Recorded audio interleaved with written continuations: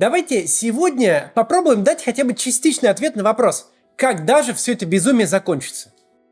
Российские танки стоят около Киева, Харькова, Мариуполя и Николаева, стреляют туда из танков, артиллерии и ракет, убивают мирных украинцев. По-настоящему воюют две армии – российская и украинская. Россия стала страной-изгоем. Из Москвы скоро можно будет улететь разве что только в Ереван, и то не факт. Доллары покупать запрещено, Макдональдсы закрываются. Когда же это все прекратится, и мы вернемся к нормальной жизни? Очевидный ответ тут один. Тогда, когда в России будет другой президент. У этой ситуации есть один понятный виновник, и его имя Владимир Путин. Именно его оторванность от реальности и мифы в его голове заставили российскую армию вторгаться в Украину. Никаких объективных причин у этого нет. И как только Владимир Путин тем или иным способом перестанет быть президентом России, война закончится, и дела начнут налаживаться. В таких системах, как наша, невозможно прогнозировать подобные уходы. Но мы сейчас можем констатировать одно. Режима Владимира Путина, который он строил 20 лет, системы той, которая существовала до 24 февраля, больше не существует. По факту, режим, который был в России, закончился. И теперь возникнет какой-то новый способ управления страной. Но каким он будет и на основе чего он будет построен, мы еще пока не знаем. Режим, который был установлен в России до начала войны, назывался по-научному информационная электоральная автократия. Такое имя подобным режимам дали ученые Сергей Гуриев и Дэниел Тризман. Об их работе я делал отдельное видео. Режим мимикрировал под демократический, формально проводил выборы, держал некоторые свободные СМИ с небольшими аудиториями, но существовал за счет зачистки политического поля и контроля основных медийных ресурсов. У него было несколько важных свойств. Первое и главное, основным его действующим лицам можно было очень хорошо жить за счет изъянов российской коррупционной системы. Вместо законов в России были понятия и договоренности, и те люди, которые оказывались близко к телу президента, могли богатеть совершенно несоразмерно своим позициям. Но история эта работала не только на друзей президента и верхние эшелоны власти. Образ жизни ближневосточных шейхов мог вести довольно широкий круг российских руководителей. Когда кто-то из них попадал в немилость, мы регулярно могли наблюдать то набитую наличными деньгами квартиру полицейского полковника, то коллекции золотых часов губернаторов, то чемоданы с наличными начальника таможни, то дворец с золотыми унитазами у начальника регионального ГИБДД. Ну а расследование Навального регулярно показывали нам, как живут чиновники, которые в немилость еще не попали. Их дворцы, и яхты, и имущество за рубежом. Ну то есть довольно широкий круг политических элит, которые реально руководили страной и обеспечивали стабильность в системе Путина, с одной стороны могли наживаться на дырках в системе, и с какой-нибудь там, не знаю, региональный прокурор, совершенно не стесняясь, при легальной зарплате в 100 тысяч рублей, мог приезжать на работу на автомобиле за 10 миллионов рублей, парковать его прямо у здания прокуратуры, безо всякой задней мысли, что что-то не так.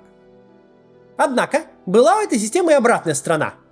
Ровно те дырки в ней, которые позволяли так жить государственным людям, силовикам и еще огромной комарилье разных граждан, делали так, что у них все это можно было за один день отобрать. На любого человека во властной вертикали за один день можно открыть уголовное дело и надолго посадить, причем совершенно законно. И любое попадание в немилость, проигрыш в аппаратной борьбе или просто невезение и попадание под какую-нибудь публичную кампанию могло привести вчерашнего долларового миллионера с майбахами, яхтами или федерального министра, у которого все хорошо, в тюремную камеру на 15 лет, ну и лишиться всего. Поэтому у всей этой властной конструкции была вторая важнейшая опора. Все эти олигархи, друзья президента под дзюдо, работники госкорпораций, полковники полиции, налоговики, прокуроры, пропагандисты и министры должны были иметь возможность полученные с помощью коррупции в России деньги размещать в таких юрисдикциях, где отобрать их активы так просто, как в России, нельзя.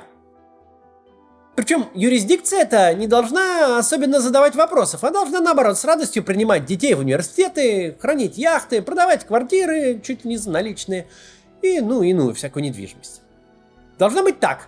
Ругаешь Запад в телевизоре, накручиваешь милитаристские настроения в российском обществе, а потом раз на выходные и отправляешься на свою виллу на озере Кома, купленную на выпиленные из бюджета на пропаганду средства. Если кратко, то система была такой. Напрямую воруют или иным образом наживаются, пока держат власть в России, а как что не так, едут с семьей жить в Лондон, или Италию, Швейцарию, или там Францию, Монако, где наворованное можно как-то легально использовать, и живут себе там, как ни в чем не бывало. В этих условиях у элит есть очень большая и мощная мотивация сохранять лояльность. Они хорошо себя чувствуют и строят свое будущее за счет своих позиций во власти, а если станут ей нелояльным, то потеряют все. Этой системы больше нет. Все пути для строительства своей жизни так, как они делали это 20 лет, для российских политических, финансовых и любых других элит полностью отрезаны. Весь внутриэлитный договор просто перестал существовать. И все подготовленные жизни и пенсии и все прочее, всего больше нет. Это очень большое общественно-политическое землетрясение, которое мы пока не знаем, как закончится. Эти люди совершенно не планировали жить в Геленджике. Нет. У очень большого количества очень богатых и влиятельных людей весь жизненный план пошел под откос. И все они понимают, что причиной этому стал один человек, который сделал нечто, не имеющее никакого смысла. Кроме этой внутриэлитной истории, Россия ожидает большое социальное землетрясение. У людей очень быстро, прям салпом, понизится уровень жизни. Причем это произойдет сразу во всех сферах. Кто-то потеряет сбережения в долларах. И еще совсем не факт, что удержится финансовая система в целом и сохранятся сбережения в рублях и вообще ценность валюты. Кто-то пострадает от закрытия привычных мест типа Макдональдса или Икеи. Кто-то потеряет возможность летать за границу. Кто-то пострадает от закрытия Инстаграма. Но абсолютное большинство людей просто резко и катастрофически обеднеют. Люди смогут просто в разы меньше всего себе покупать. Причем независимо от своего уровня дохода. Такого катастрофического падения благосостояния, которое ожидается в 2022 году, не было в России с момента развала СССР. Доходы россиян падали уже много лет, по факту начиная с геополитических маневров и вставания с колен в 2014. Но они падали плавно. Мы не ощущали падения своего уровня жизни день в день, и пропаганда как-то могла все это компенсировать. Сейчас пропаганда работает на износ. Например, телепрограмма сейчас выглядит вот так. С 15 часов и до полуночи показывают исключительно политические шоу, в основном Соловьева. Отменили все сериалы, фильмы, все. Но военная мобилизация не может длиться вечно, особенно при, мягко говоря, отсутствии военных побед. Сегодня кризис людей еще не настиг, но произойдет это неизбежно и в самом ближайшем будущем. Это только два самых глобальных вызова. Резкое падение уровня жизни россиян и разрушение внутриэлитного консенсуса.